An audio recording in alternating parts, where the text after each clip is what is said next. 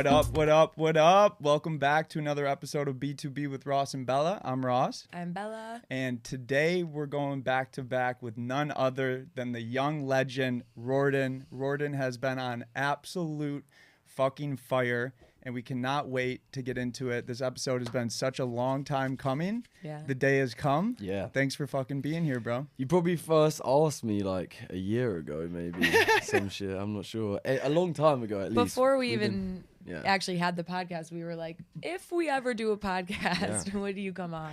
And you immediately Obviously. said yes. And Obviously. again, thank you for fucking being here. I'm glad that we finally got round to doing it. Yeah, I this know. is fun. Dude, to throw it back a little bit and provide a little bit of, I guess, history on how we got to know each other and stuff. We met you the first day you came to the States 2 years ago.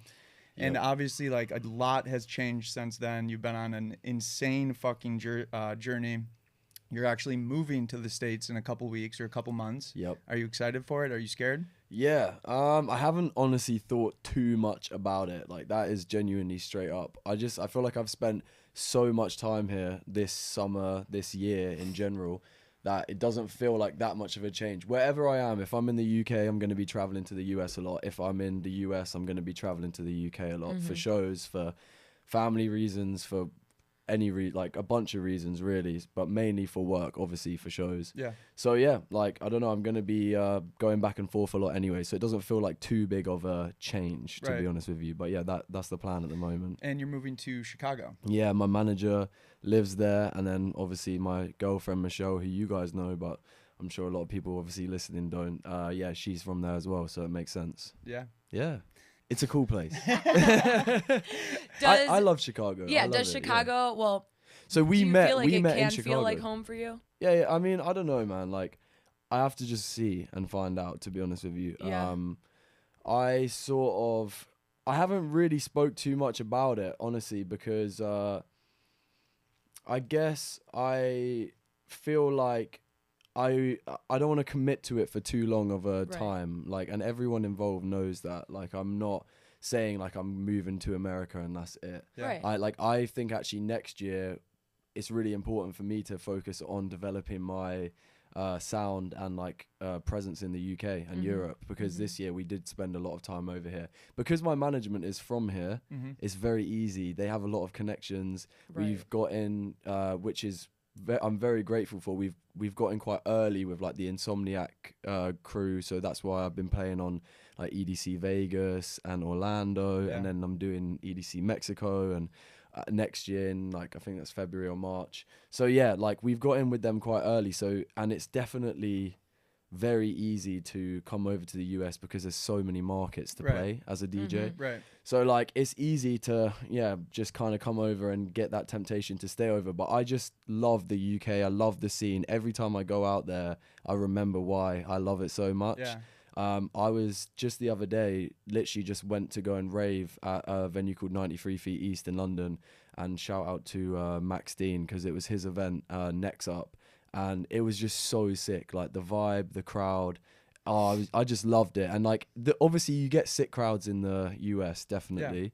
But I don't know what it is, like with that type of music and that type of sound, that house specifically, and the slightly more garagey stuff, which I love. Yeah, of course. Then like it just hits different. I don't know. So I just feel like we want to make sure that we're definitely still prioritizing that. And we've got, I can't really say too much, but we do have some few big festivals in the UK lined up for next summer, which is pretty gas. I feel like UKG is having a big moment in the US.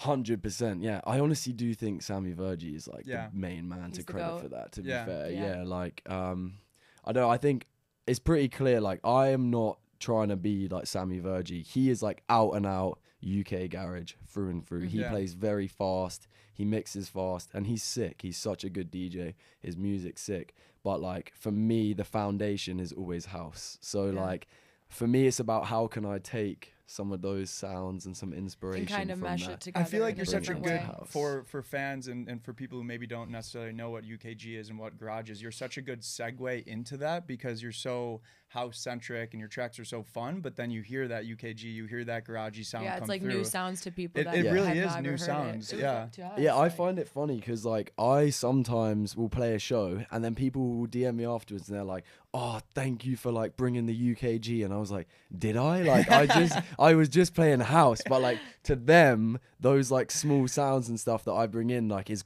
a bit different, you know. Yeah. So like to them, Americans that are used to that like proper like big room tech house kind of like American tech house sound, it is quite different to that. It literally taught me what UKG and garage was. I didn't necessarily know or what it sounded like, what it feels like until like we started getting close. We started going to your sets, and I was asking Michelle, your girlfriend, I was like, "Is this the UKG part? Like, is this the garage? Is this the UKG part?" There's like a few like it's a bit faster. The beat is not like as instead of being like doom doom doom, it's more like doom doom doom. Yeah. You know, it's like it's more like two step. The beats are not as like rhythmic. And yeah, it's just a bit more groovy sometimes. It's a bit more of like a kind of unpredictable. And yeah, I feel like the vibe is like it's a little bit heavier of like a sound. You get a bit wonky with the bass lines and shit. I love that shit. I always am trying to get wonky, wonked out of control. He's wonked right now. Yeah, I am. So we did unfortunately see the sunrise yesterday on our light night. So I am feeling a little spaced out. I apologize for that. I just wanted to say, Riordan, you put the UK in UKG, bro. I would literally specifically said, "Don't fucking say that shit, bro." He had to say thanks. it. Yeah, but so's like I was everyone. like, "What does that mean?" So's everyone. Like Sammy's from the UK as well. I know. Like, I know. Yeah. I was like, UKG. UK's already part of UKG, Yeah, so it's kind UK of like saying garage. you put the US in USA. Like it's already there. Yeah, it's not like it stands for anything Right, else. it stands for But UK. I appreciate it. Yeah. No that worries. means a lot, man. No That worries. means a lot. All right, well, so obviously it's Art Basel right now. Is this your first time partaking in the Basel activities? Yeah, so I did Miami Music Week twice. First time I wasn't playing, I just came out to like vibe, network, and meet people. Mm-hmm. We had a good time. We had a lot of fun.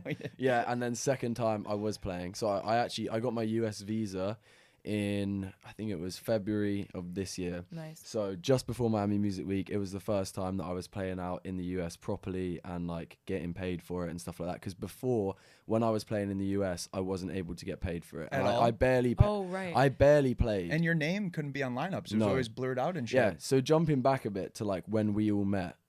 I first came out to Chicago. Basically, I'd just been posting on TikTok. Yeah. And I had one song that had done decently well called No Hablo Español. And like my manager, Anthony, who you guys know, obviously had found me at that point just scrolling through TikTok.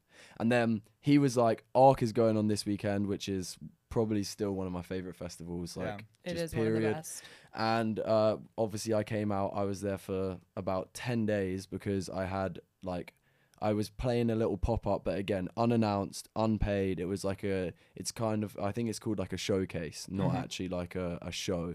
But yeah, it was like a small one. And then I was playing another one the next weekend somewhere else. So like, I just stayed for the whole time in between. Loved it. That was when I met you guys. That was when I met Michelle as well. And it all just kind of went from there. Yeah, that weekend like changed your life. Yeah. That's but crazy. I mean, yeah, I feel like I would say you guys are probably like some of my closest friends in the US, to be fair. Yeah, dude. I think we, so. We love you, bro. We forget sometimes how young you are because you're so not only professional but responsible, but like mature, dude. You're the most mature. What are you, 22? Yeah. You're the most mature 22-year-old, I think. You were like not even able to drink when we first met you. No, I was 20. Yeah. Like, where that's so does mind-blowing to me. Where does that come from? Like, how do you keep that professionalism going, especially being a DJ working in this insane scene? Like, how do you keep your fucking shit buttoned down? Yeah. Okay, so I think it does stem a bit from when I was a kid. I don't know if you guys know that I did acting when I was a kid. No way. No. Okay. Oh my god. Like professional. We'll go back. Yeah, so professional. So I still want to do some acting down the line. I love it. I love it. That's so sick. I can't believe I didn't know that. Yeah, so when I was a kid, I did like acting and I did some singing as well. And I was in a few shows. So I did one show which was called The Street Scene, and it went on tour to like around a couple places in Europe. So I did like a month in Spain, a month in France. Like live on like stage? It was in a theater. Yeah, it was like a stage show. What was your role? So there was only 2 kids in the show. So this is why I brought it up, because basically I spent like, I think 2 months in rehearsal and then like 3 months doing the show in like different places in Europe, like 2 or 3 months. And you were how old? 10. I Holy was shit. 10, Who and I would have was thought that Riordan's a theater kid? I can't Yeah. believe A this. theater kid, literally a theater kid. Don't Can we hear your do re mi fa sol? So I actually got vocal nodules during that experience, which Oh is my like God. little bits of skin that go on Yeah. your vocal cords. So it was pretty like not heartbreaking, but it was pretty sad, because like I actually did have quite a good voice when I was a kid. Aw, And then little Bieber. I strained my voice during that time, Just because from singing I wasn't and practicing? trained properly Okay. like to do it. And then I got like this role and I just went for it, and I was singing all the time. And then I didn't train it properly and wouldn't like warm up my voice and Yeah. stuff like that. And then I ended up getting vocal nodules, and I just like couldn't hit a note basically for Yeah. a while. Damn. And then my voice dropped, and then like that was like the time of puberty Yeah. and shit. And then I came out the other end, and now I can like I can hit. Can we hear a little bit? No, Maybe I'm a not little gonna bit. fucking give you some Can you acapella. imagine? But no, I can sing a little bit, but I'm not gonna. You're not gonna hear me and be like, wow. Do you know? ever get like in the Let's say studio? that. Do you ever like do some vocals for yourself? I sung on one of my tracks. You did? Yeah, Which and, one? it was like early days. Never felt so free. I gotta look this one up. It's actually pretty funny, because I made that song. I knew nothing about production, but I was just like, I'm gonna make a song, sing on it, right? And I wrote the whole thing. I even got my friend in to do the saxophone on the track. Like Oh, it was that's all sick. produced from scratch. And like I hate it now. It's such a bad song. But my friend that came in and stuff, like he still loves it. And Yeah. I actually get a lot of people DMing me being like, you should make more music like this. And I'm like, no, I shouldn't. I'm not singing No, anymore. no, yeah. So that, I assume that experience being a theater kid, a theater Yeah. kid, like that just sort of taught you that you have to show up, you can't miss things that you're getting paid for, that it's your job. Yeah, I think it honestly links a lot. Like I think everything happens for a reason. Like I do believe that for real, and I do Same. think that as I was a kid, all of this, like I thought I was gonna do theater at that time, and although I still love acting and would want to do that, I do not want to do theater. I don't have any like really inclination to do that. Like I don't really like the people that is around it that much, and that's like no disrespect to anyone that does it. I guess it is a bit, but You're like, I but don't like you, yeah, nerd. no, No but, offense. but like I think I got to about 12 or 13, and I was into like football still and everything, and everyone around me was just like not like me, and I just wasn't vibing with the people. And it's a very like bitchy industry and shit, and there's a lot of people that are very dramatic, like way over dramatic, Yeah. which obviously like they're in acting, so it makes sense. But anyways, it just wasn't for me. I did a few shows. It wasn't just that one. I was in Oliver as well. I don't know if you know Oliver Twist. Like, I was in Oliver when I was a kid. And then I did a few other shows at a theatre that was actually in my hometown, Chichester, but it's like a pretty... it's a well-respected theatre. Was it like the equivalent of like Broadway in the States, like that high level? Like, so the one in my hometown is like, obviously that would be the West End in London, and I didn't do anything in the West End, but the shows that I was doing were like touring shows that sometimes then as they changed casts ended up there. Yeah. So it was like it was good level stuff. Like it was proper professional shows. Yeah. But yeah, I wasn't like none of my parents or anything were in that world. I was just a kid, and I was like, I would always watch films and shit, and I was like, I really want to do acting. You Like said I a just found a little like passion for it. Yeah. And your parents supported you, obviously, and wanted you to do it. I Yeah, feel like they that's also a big trend for you, is like your dad always helping you even find your samples. I know you've talked about that a lot, but And my I mom feel like, as well. To be fair. really. Yeah, 100%. So they've definitely played like a really big role in just supporting you and like helping you get to where you are. Yeah, so they would take me to auditions. Like I remember there was a time when my school as well, shout out to my primary school, which is like Elementary? Elementary, Yeah. for you. From when I was like 5 to 11, they were like so supportive. I missed so much school, literally so much. Yeah. And that one head teacher that I had was like just such a blessing, because she was just like, yeah, like we support him, like go do his thing. My mum would pick me up from school like probably at least once to twice a week, and I'd miss half a day just to go up to London and do auditions. And she would drive me there and back. It was like 2 hours each way, like long, bro. Now I look back and I'm like, wow, that was a lot for like her to do. And my dad would as well. Like honestly, bro, they would kind of split it. But I had the same experience with, I was a big like hockey player growing up, and we would always miss school. I would have to get to school at like 5 o'clock in the morning. We would practice before, and it was my parents who were always fucking driving me and shit. Yeah. I don't know. Without them, we're no one. I know. Born, so. Yeah. I know. It's like not till you're a bit older that you reflect on like how much of a commitment that is, of like out of their day and shit like that to do that. And then you think back to the times where you're like a fucking dick to them. Yeah. And you're like, what the fuck? I know. Well, we also, your dad is hilarious, bro. Dude. We had, so. Ross said the craziest shit to your dad. Background for the listeners, Riordan played the Space Terrace a couple months ago, and your dad was there, and we just got after it. We got active. Yeah. He is still very much a raver, I would say, like at heart. But before we move on to talking about my dad, I want to like jump back to why I started talking about all that in the first place, because basically I think that me going and doing all of those like experiences, I was working with adults all the time. Like the kids were the minority. That touring show, there was me and one other kid, and the whole other cast was adults. And me and that other kid would share a room, and then we had a chaperone that would look after us and stuff like that. And then we would just be with adults. So I think you just learned that, like, yeah, I mean, when you're on stage as well, you have to be perfect. They drill it into you, because like you can't fuck up. Like you're literally on stage. Like, and as a kid, I don't really know how they trust kids to play these like huge roles. It's actually crazy, like, when you think about it. Like, I don't even know how I did that when I was. You had to remember your lines and sing and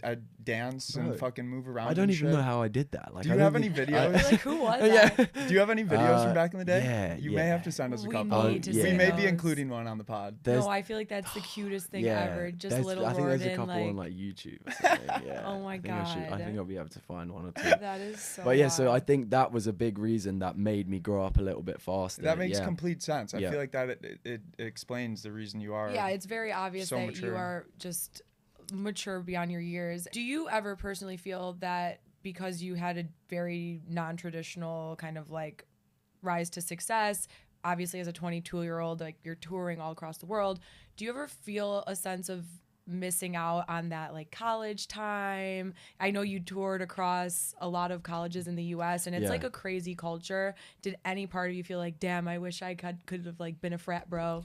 Okay, so basically when I left school, so I finished at 18, and then most of my friends, almost all, went to university. Yeah. And there was a point, so we finished in like, June, July, then I had the summer, and everyone in September goes off to their new unis. And there was a point when I had decided I don't want to go to uni, but I didn't quite know I was going to do music full time. I knew that I was DJing house parties and stuff, and I loved it, but I wasn't like all in on it yet. And I literally remember like being at home, and I was 18, and I was just crying to like my mom and my dad, because I was like, everyone's going off to uni, like what have I done? Like, you know what I mean? And I just felt that was the point when I felt so left out. And now looking back, like I have listened to a lot of podcasts and other people, and I do think there's always going to be some growing pains, and like that was a point where I really felt like, fuck, like what have I done? Like everyone else is off having a great time. I'm literally at home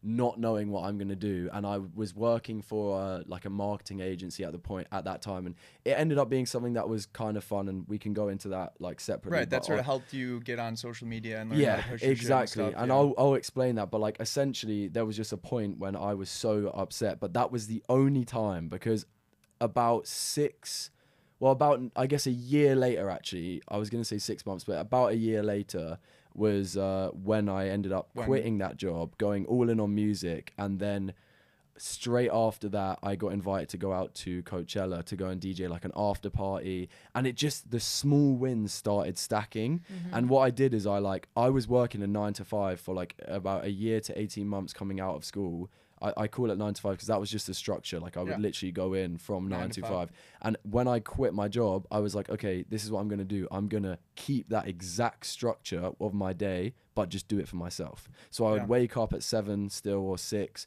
go to the gym before, be back home, have breakfast, and be ready to work at 9. Like, that's very, very disciplined of you. Every day. Because well, you have to. If you get a late start, we were actually talking about this on our last episode with Ali. It's like it's although your job is so untraditional, like it still is a job and you still have shit to do. If you fucking sleep until noon, you're not going to be productive. Your mind's not going to be in the right space. Like you just have to treat it that way. Exactly. Yeah. So that's what I did, and I like it worked. And as I say, when you start stacking a couple small wins, that's all it takes. Like. And I started seeing some signs that like I was going in the right direction and things were starting to move. And then I just got completely obsessed, like just locked in. And honestly, like I still am. Like I'm so obsessed. And there has been times where like the hardest thing I think for me in like recent times is that it sounds weird. So within the scene, I still think I'm very early in my journey. Mm-hmm. And I think that some other DJs in the scene like still see that, people that are really in it. And I think that, I don't mean that in a bad way. I just think that like my sound, if you look at my songs that I was releasing a year ago, that was like Needle on the Record. And that was probably the first time I've really started putting out music that still is aligned with the music I'm putting out now. Like anything before Needle on the Record was kind of like a different sound. Yeah. So like if you even look at how much my music has changed over that period, I mean, I kind of just lost the train of thought that I was going on there. But yeah, if you look at how my music has changed basically in the last year or so, I think that from that point onwards, from Needle on the Record, was when I really started to find my proper sound and actually like get locked in on it. But yeah, like you said, everything happens for a reason. And like who would have said if you did go to college if you'd be where you are now? And like obviously you are so young, so you have so many years to like really get into your sound and like who you want to be as an artist. But I think one of the things you said is like these other artists in the scene kind of see that. One of the things I noticed that stands out is how much support you actually get from these really big artists like Michael Beebe, Dom Dalla, like Fisher. They're all playing your tracks. Is that a very vital part of success as like a DJ? 1,000,000%. I can't even understate it. And now you just saying that reminded me of where I was going to go with that point, which was that within the scene, DJs are seeing it now. But basically, one of the hardest things I've come up across in this later stage, like more recently, is that everyone in my home life, like from family to family friends and like home friends and stuff, it's kind of like a weird thing where everyone is always sort of, when I go home and it's like I see family friends that I haven't seen in like a year, like everyone's like, oh, you're doing really well, like because they see I'm like traveling and stuff like that. And it is really lovely to see. But I think one of the things that I've made sure over the last like 6 months to a year is like I can't rest. Like this is not a point to be like, oh, I'm doing well now. Like that's not. It's time to go faster. It is time to go faster, and that's like something that, because back then when I was crying that all my friends were at uni and I was at home doing fuck all because I wasn't earning any money, I wasn't playing any shows, but I was trying to do music, then at that point I was so hungry for it that like I was just, as I said, how dialed in I was. And I'm still like just as obsessed, but I do think there's been a couple times where I've had to kind of catch myself and be like, yo, like don't rest now, like just because you're playing some shows and shit, you need to go even like, harder. Longevity is an important thing in this industry because it's very easy to like have your moment in the sun and then 100%. No one knows who you are anymore, like 100%. And you fall off. So unless you really keep going, like, well, the money starts coming in, you start getting treated nice, you start getting treated differently, you get attention, and you're like, you could obviously lose motivation, and, you should take a step back, I feel like, and you would maybe be able to phrase it better, take a step back, like enjoy the moment maybe while you're playing, while you're on a stage, but as soon as you're off, it's like, let's get back to work. Yeah, and it's like, it's one of the most kind of spoken about topics that I hear in a lot of the podcasts I listen to. It's like, how do you try and be happy with where you're at and be grateful with where you're at, but still really hungry for more? And it's like, it's definitely a balance, because you don't want to be like not enjoying the sort of fruits of your labor, you know? Yeah, exactly. Like you don't want to not enjoy what you've worked hard for, but at the same time, like, bro, this is legit like the start of where I want to get to. Like there's levels to this game. Bro, it's a crazy start that you have. I feel Jesus Christ. Where is the fucking end line here, man? It's gonna be insane. Bro, you're on a rocket ship. You really are. Milestones that you've hit in such a short time are really, out of control. Like you just were named in the top 100 producers. Yeah. And that's wild. You're up there with like some OGs that have been at this for years and years and years. So you were by far the youngest person on that list. Yeah, I really appreciate that, by the way. Yeah, thank you. But that it's like definitely something to be proud of. And I mean, if you're 97 this year, it's only gonna get lower from there. Exactly, yeah. And that was like, that wasn't like the 101 track list was not exactly like a thing that I set out like I really want to do this, because there's a lot of artists that are a little bit more underground that are really popping off that are not on that list as much. But it's like, I'm like very proud that we did that still, like it's one of those things where it's like, it wasn't something that I was like at the start of the year, that's what I'm going for. But it's like, wow, that's so cool that I've actually just been trying to make music that I want to play out and that I want to show at my shows, and then other people have like really fucked with that, because that is completely data driven of like how many people are playing your tunes. Oh, really? That's what, so the 101 is not like a it's not fan chosen pick. by Well, people. the data don't lie. The data don't lie. It's like tracked of just what music, because every big festival set, every big show at clubs and you stuff, can see like the tracks that artists are playing. How do they get that? Are they fucking digging into Beats me, artists' bro. I don't know. USBs and Yeah. like stealing their data and shit? How Like, do they fucking know? And if a set's like recorded and uploaded to YouTube, they'll like go through it and like find all the IDs and stuff. They must have systems in place where it does it automatically and stuff like that as well. But yeah, so that was just like a really cool bonus, and it kind of links into what you were saying about the support. And like, oh man, that has been such an essential thing. And I genuinely think the first artists to really do it was Gorgon City, which like obviously you guys are tight with them as well. And they're like your big bros, it seems, in the scene. I feel like they've always like had your back and looked out for you and like want to bring you along on the journey. When they brought you out at drum sheds in front of like 15,000 people to play your track and stuff, like I feel like they have a sweet spot in their heart for you. But they also love like helping artists and like helping people reach their goals and try to do what they want to do. Yeah, they're just great people, and I met them the same weekend I met you guys. When I think about it, it was a pretty pivotal weekend in my fucking life. We were literally standing next to Riordan the day he met his fucking girlfriend. Like and literally Gorgon changed City your life and that whole week. Yeah, everyone. Yeah. So anyway, that from then on, like we did hit it off. Like we got on really well, like off the bat. And yeah, they were the first ones, because I think once one artist kind of goes, I think this person's cool, then it gives other artists permission to be like, nah, this guy's cool as well. Weirdly, like once they start seeing your music getting played out, and they were just the first ones that picked it up, and I dropped Needle on the record on Realm, and it obviously changed my literal fucking life. That Beatport record, you know what overall, I mean? Like, right? And I think it was like for what outside of their records, I think they only had one other, which was the Ben Kim record. Really? And that was a few years ago. So like it was a huge moment for me, and like it was so cool because I remember I felt like they've put all this faith in me, like they were being so supportive. And I would just, before it came out, I was like, please do well. You know what I mean? Like, please. Yeah. Because I wanted them to be like rewarded, and then bang, fucking Beatport #1 straight after that. And I was like, yo, shit, like, this couldn't have gone any fucking better. Were you popping bottles, popping champagne when it hit #1? Bro, that was like, that was... I actually just got goosebumps, by the way. Like, that's fucking crazy, Riordan. Thank you, bro. Thank you. And honestly, like, I want to say this. I actually did get goosebumps. I love his hair on his arms is literally standing straight up. I want to say this because, like, it is... I just want to say it because I'm sure there's going to be, like, producers and people listening that are curious. Like, honestly...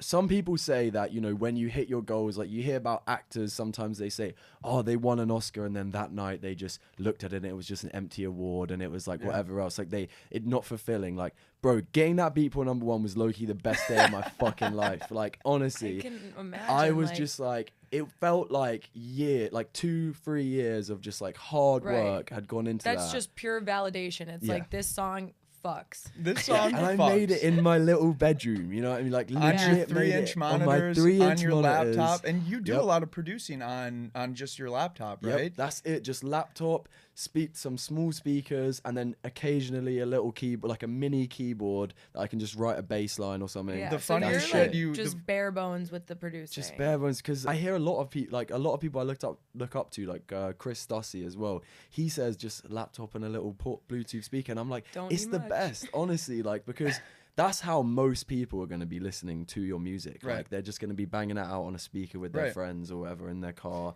And it's just like, that's the best way, I think, to really feel the vibe of like how everyone is going to feel that. And then, you know, you do then want to maybe play it out in a club and make sure that it's all at the right levels and stuff. Right. But when you're just talking about the bare bones of just catching a vibe and just building a track, you just want something simple, and then you can just ride with it. The shit you told me, so when you're in Chicago, you get to use Gorgon City's studio that I'm sure is stocked to the brim with crazy synthesizers and keyboards. And I don't even know how anything works. They like show you around, and you get in there, and he just opens up his laptop.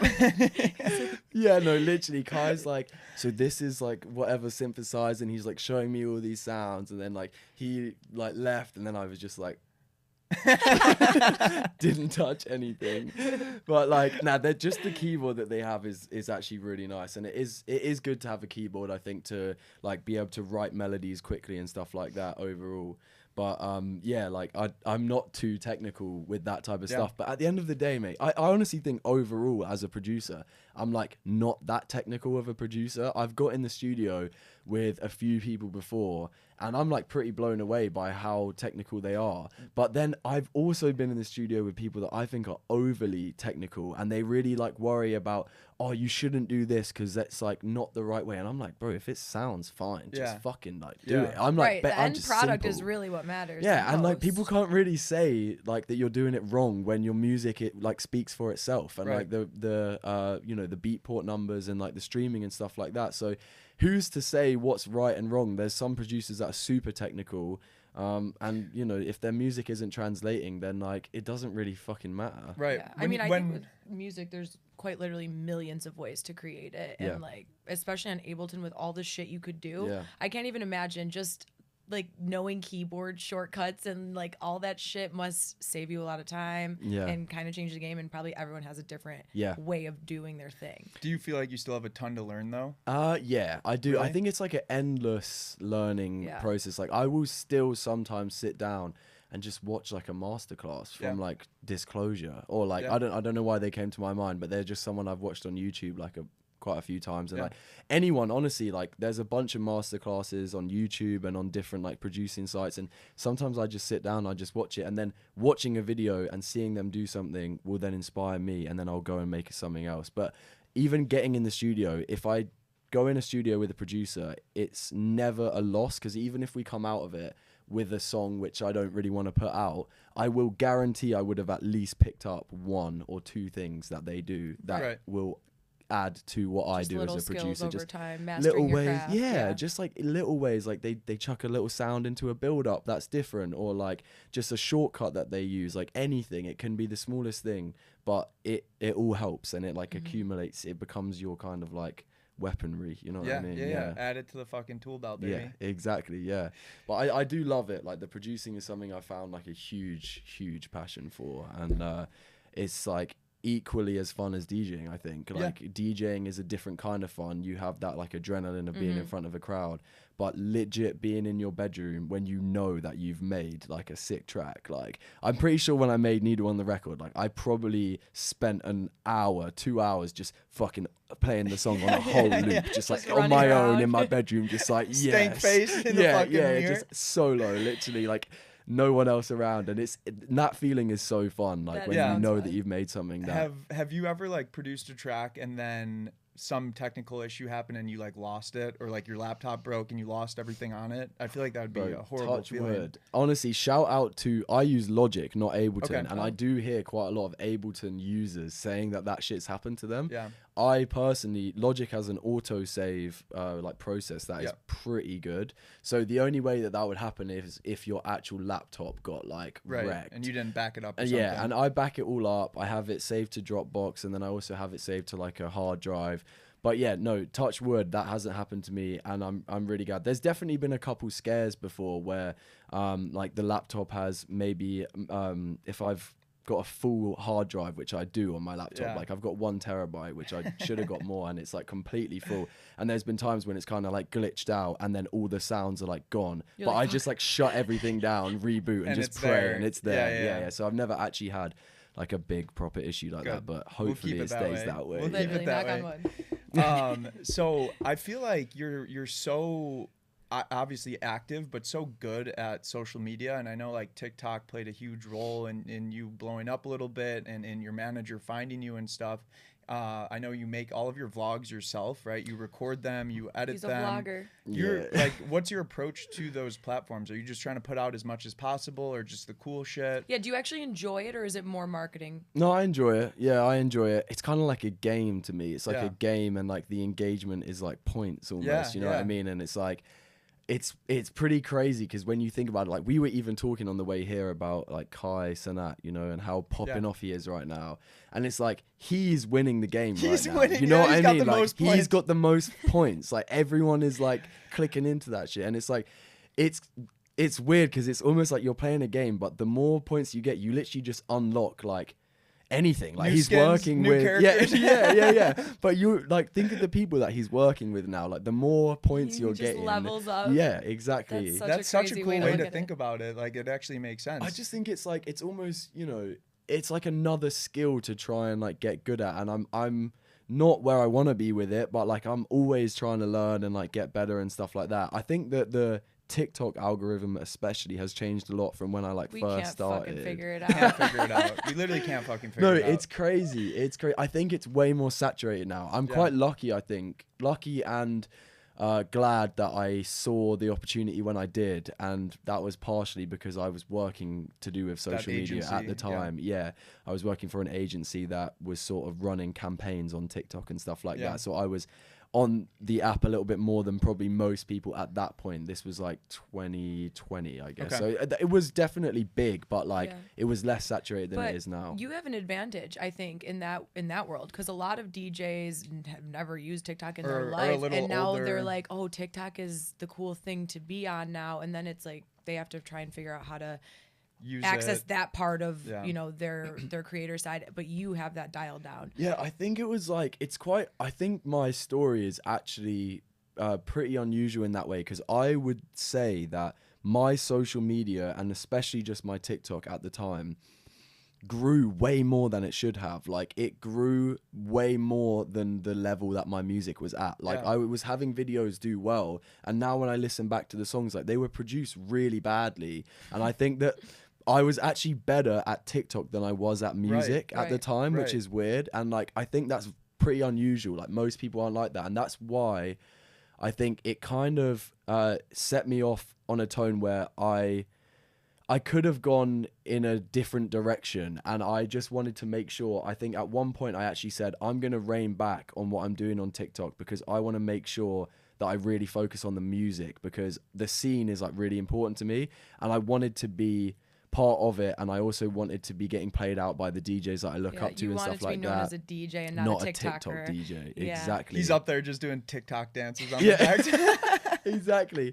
But yeah, I think it was funny that my TikTok grew at the rate that it did around like 2021 and stuff like that, because I really genuinely don't think I was a very good producer at that point, but I just think I found a little way to kind of like get that people liked interacting with the videos. I used to do voice note like videos where people would send me a voice note of a song they wanted me to remix, and then I would like play the voice note and then make a song out of it. And I don't know what it was, just like something that I found. Yeah, just the type of shit, exactly. So I think it was more that videos than the actual music. Right. The music was like boop boop. Yeah, the music was not good. But yeah, then I think after I was like, okay, let's actually really focus on the music, and then I dialed in on that a lot more, and now that's like way more my focus. But yeah, I've obviously tried to keep it going as well on the side. So do you make money on TikTok? I have done, yeah, a little bit. Like how much money can be made on TikTok? Well, it depends. Like there was one video where I posted when I went to a frat party, and it was the first time me going to a frat party. What frat? FSU. Jesus Christ. Oh shit. And it was actually the biggest. It's the biggest frat house in the country. It was Pike, I think. What at what do you FSU. think of Shout out American Pike. frats? My brother's in Pike. They're crazy. I will Crazy, say, bro, the fact that they have enough money to put on these parties, to have the production that they have, to fucking pay your bill, and the way that they rage, like psychos. Yeah. So I totally agree, and I've done a few. I've done a decent amount of frat parties, and I would say I've played to some great frat crowds, but the majority of frat crowds are actually not that good. Like the backstage is quite lit and everyone's sort of around, but the crowds I think are there more for the girls and more to get really fucked up than actually to like watch the DJ as much, you know? So it's like, it's different than playing a normal show for sure. And it's not something that like I'm aiming to do loads of, but it's kind of just been fun to like check that out. The frat DJ. I didn't go to uni and like everyone talks to me about college. That's your college moment. experience. Yeah. And it's funny because I'm like the same age as like the kids there. So it's like these are your peers. Yeah. So, but there has been some really, really fun ones, and that one was pretty crazy. Like it was the biggest frat house in the country, and like we got the hospitality was like a professional show. You had it a was green crazy. room, I'm sure, and like That's a rider. so wild. Yeah, I know, and they had so much booze, and they just Where do looked they get after the us fucking well, money? honestly. And the stage was literally like a festival stage setup. It was crazy. It was not what I was expecting. And then I posted that video on TikTok, and it did like a couple mil views, and it was because it was over a minute long. Then you can monetize it, and it's like I think you get about I think I earned like $1,000 off of that video, or something like that. String them together every day, you're doing fine. I mean, yeah, I think it's just so random though, because I did not think that video would do well. I just threw it out there. It was a clip from my YouTube vlog. I just took a little clip. I didn't even make it TikTok size. Like there was black at the top and the bottom of the screen, and then I just posted it. It did like there's all of these rules about this is gonna work, this isn't gonna work, and then it's just like these are all bullshit. And then the other day, like even as well, I posted a TikTok from EDC Orlando, and like, you know, often I spend a lot of money on like getting videographers in and getting like really high quality content. And then my tour manager, Atom, he just took iPhone video, and then you happen to be able to see like the main totem that you could see was a revive totem, you see in the game, Fortnite one? like the Fortnite one, So, and for some reason, like it was just a little shitty iPhone clip, and then everyone just started raving about this revive totem, and it did like a couple 100,000 views, and I was like, that's just so weird. What were they saying about the totem? Everyone was just saying like that's the best totem ever. Like everyone was loving it. Like if anyone's wondering what totem to do, just do that. Like it's clearly a crowd pleaser. There were some crazy totems at EDC Orlando. Have you ever bought like a totem to a show before? I have never brought a fucking totem to a show. That seems so I long. cannot be fucking bothered to hold something the whole time. I've held a totem before.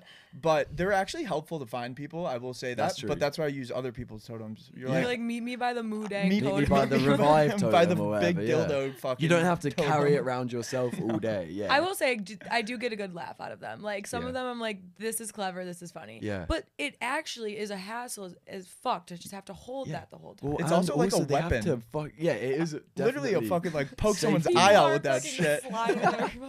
And also like, it's not just a mission to carry it, but like actually to make it. Like, where do they get the materials to make and this they're like shit? electrical. And, like, they have lights on them and shit. They put some serious effort into that. It's a legit culture. I like would not be asked to do that. Not for me. No, not for me. I respect the people that do. Like, keep doing it. Respect. Yeah. Respect to the ravers. Dude, so obviously you have a crazy tour schedule. You're all over the place and you're living the DJ lifestyle. You're partying. You're having fun. But I feel like you also are very like health and fitness oriented. You posted some shit that you were running, and I saw the numbers, and I'm like, this guy's doing like 6-minute miles. Like, that's not even normal. I was so shocked. 6-minute miles? Near to that. That's fucked up, man. Like, that's it's crazy. nothing. That's really fast. That is fast. But like, so you just obviously you find enough time to get in the gym to stay healthy, and that you want to focus on that, obviously. Yeah, it's actually like it's pretty important to me, and I think that it's quite cool to show people that. And it's not just me doing this. Like, I'm not trying to take sole credit for this. There's other DJs in the scene that are also 100%, big into like health and 100%. fitness. Yeah, there's a lot, you know, but I think that for me, I would like to be one of those DJs that shows that like you can still play shows and party and have fun, but like actually get after it. And like I try and stay fit, you know. I'm trying to at the moment, because it's been hard to be as consistent being on the road a lot. So I think I've got back into running a bit more, because it's something you can do anywhere. Like you don't always have access to a gym, but you can always run. So I've started getting into that a little bit more again. I think I'm gonna do a marathon again next year. You've already done one? I did one. I did the Barcelona marathon last year. Wow. What'd you run it in? I was running with my boys. There was 6 of us, and so we did it in like 4:20 something. But it was with all of my 6 close friends, and we basically said, "Look, this is all of our first marathons. Let's go as slow as our weakest member." You know what I mean? That was a different person at different points. It wasn't like one person was slowing us down. Different people struggled at different times, but we were like, "Let's stay as a group. Let's finish it together." And it was a great thing to do. I think down the line we'll do one where we all go and do our own thing and go for PBs, but like that time was just about doing something with our friends that was like, let's achieve something. And bro, we had the best night ever afterwards. We went and got we just looked up on TripAdvisor what is the #1 paella spot on in Barcelona. Like TripAdvisor, search it up, bang, #1, we're going there. Immediate. We go there. I think we got a 12-person paella for 6 of us, and we ate every bite. We were starving, and none of us could like walk. We were like this, you know. How fucking hard was it? It was hard. It was hard, definitely. More mentally than physically, maybe, or? Yeah, I would say so. There was, as I say, different people struggled at different points. Like I had run some longer distances before that as well, so it wasn't like completely new to me, whereas some of the boys I think had only run like a half marathon maybe before that or something like that.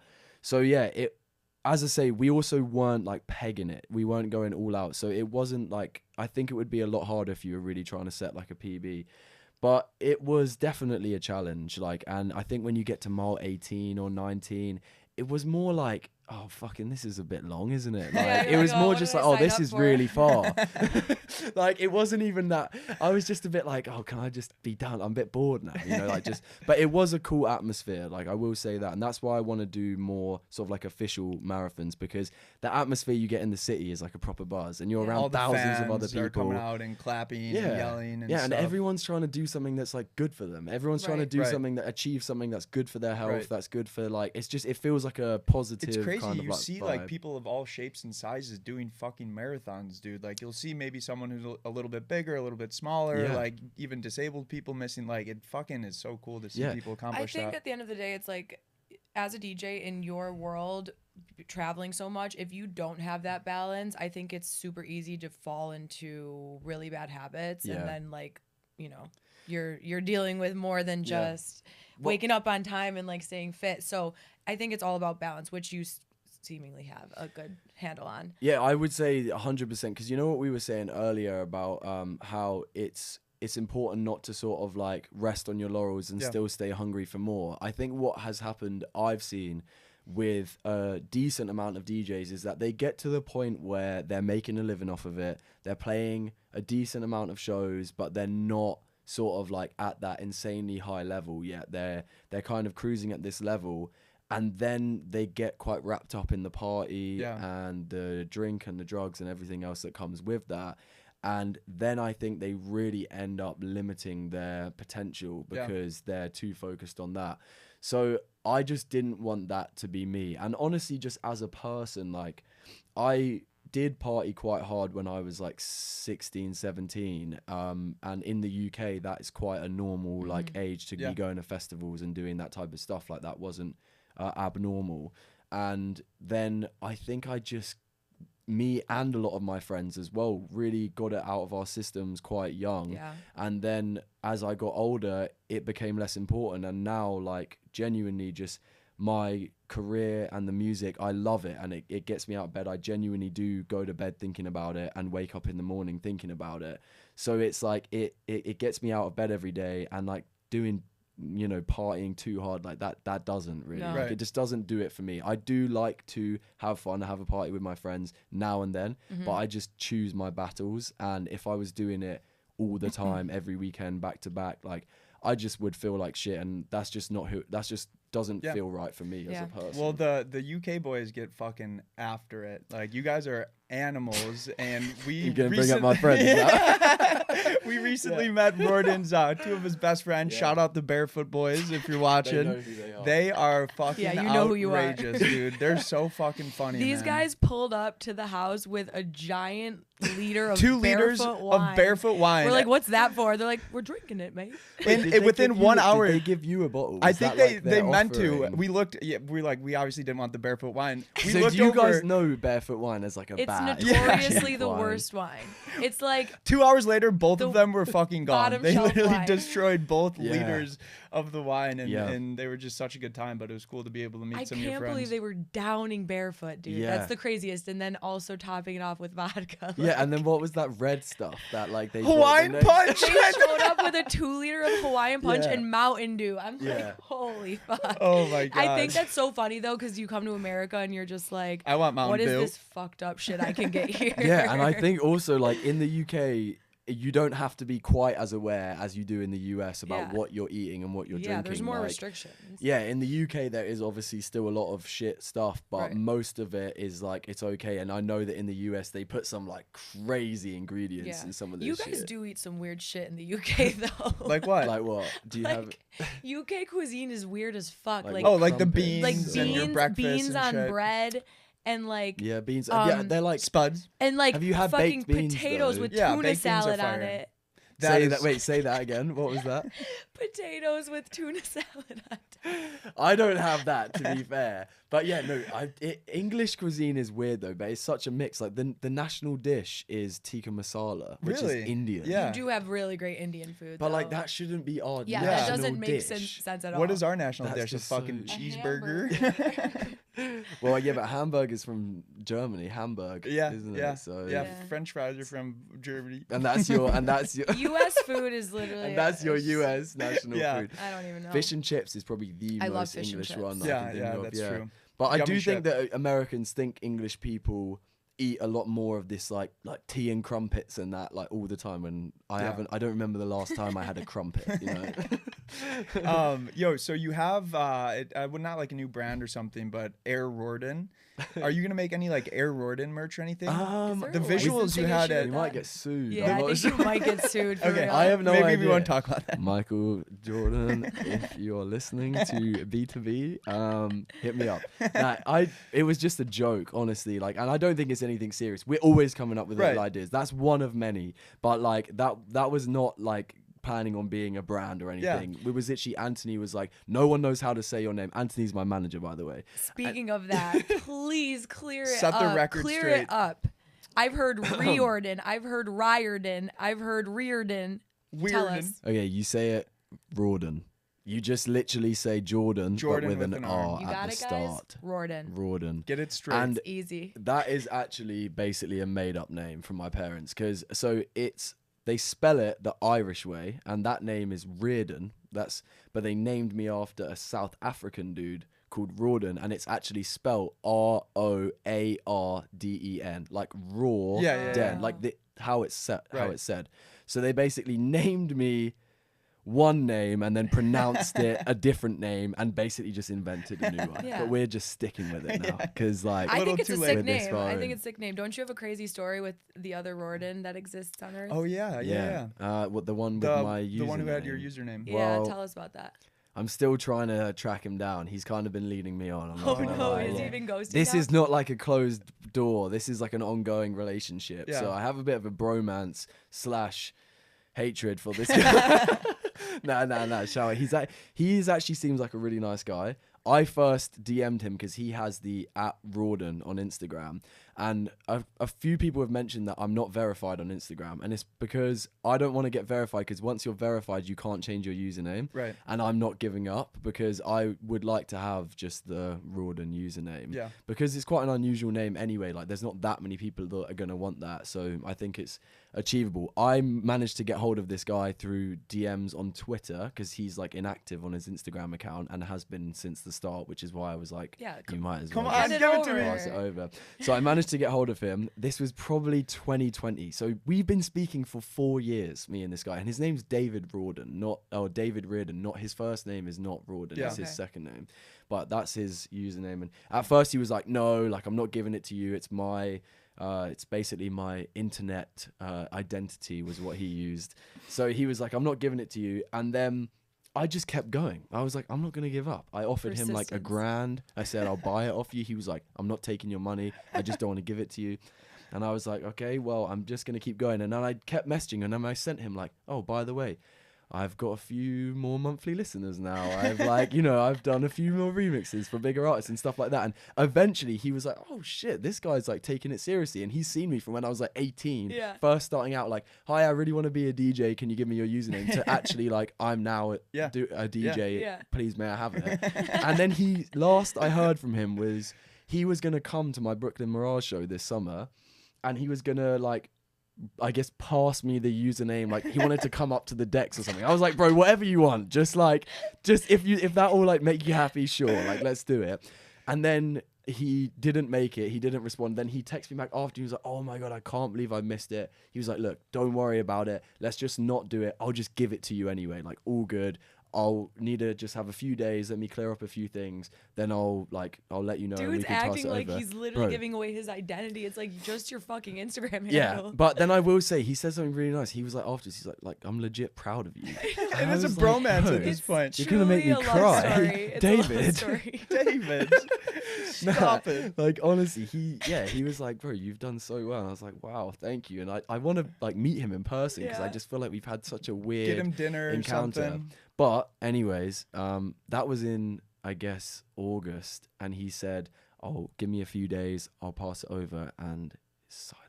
Nothing. I've heard nothing from him since. And I've messaged him. David Riordan, if you're listening, maybe we'll make a clip. Please. Maybe it's time. He's fucking killing it. David, I just want to say, bro, I'd love to meet you. I'd love to hang out. You seem like a really chill guy. And it would be great if you could also please give me the username. I would really appreciate it. I think I've been asking for 4 years and it's been long enough. I feel like at this point, he's kind of been leading me on a little bit. Like, because he said, I'll give it to you. And then he just went silent on me. So he's I thought I'd got there. I thought I'd done it. I thought and then. You know what he's doing? He's milking it. He's milking it, Rory. Yeah.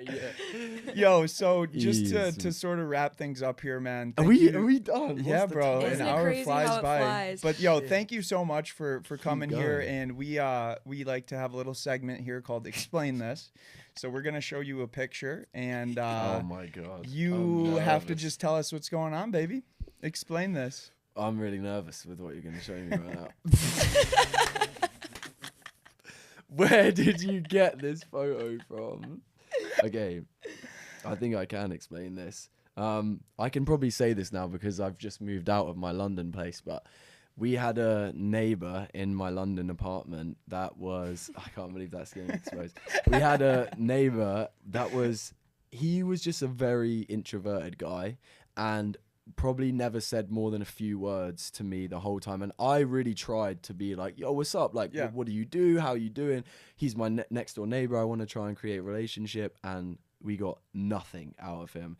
And I think that night he was kind of like hanging out in the corridor doing something, and I was trying to like have a little spy on him. I had a neighbor like that. I was like, this guy's fucking weird, and every time he would be out in the balcony, me and my roommate would be like peeking over, like, what's he fucking doing? Because like I'm just like, you're weird. What are you up to? Yeah, and like Michelle used to live right on a road called Kingston Road, which is like a huge main road that goes right from Shoreditch up to like North London, and just a load of crazy shit happens on that road. It's like sirens all the time, and there used to just be so much fights and people out in the streets, and we would always just be in the windows like, what's going on out there? You're just creeping in your little undies. You're just like some homeless people like scrapping outside. And it's I want to see that. Pretty entertaining. So what do you have coming up? You want to plug anything? I know you're playing Fisher's stage today at Factory Town, but new music? What's going on? So the lineup's pretty fun tonight. Got like it's Blondish, Paco Asuna, me, Fisher. It's like it's a cool one, and then I'm going straight straight to the Alps to go and play Rise Festival.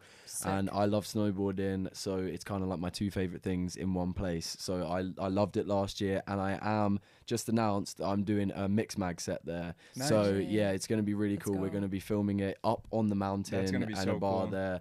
So I'm super excited about that. And then yeah, I mean, we got a lot of shows booked in for next year, and I think there's not like any specific releases. My next one is going to be coming out in mid-January, but Okay. I haven't announced what it is yet.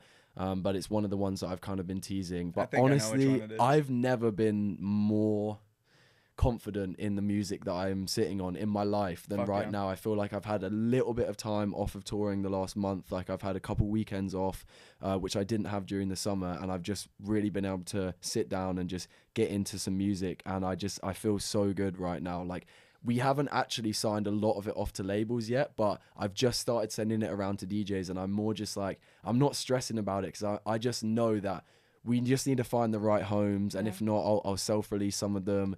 But yeah, it's kind of just a matter of time, and I really feel like this is going to be, 2025 is for sure going to be the biggest year yet, because we're going to put out a lot more music next year. Yeah. I'd like to get, ideally, I think I put out 6 tracks this year, and I think next year I'd like to do maybe about 10. Okay. I think close to 10. Almost because double. I want to just, and that would maybe include like an EP, so Sweet. that will help, you know.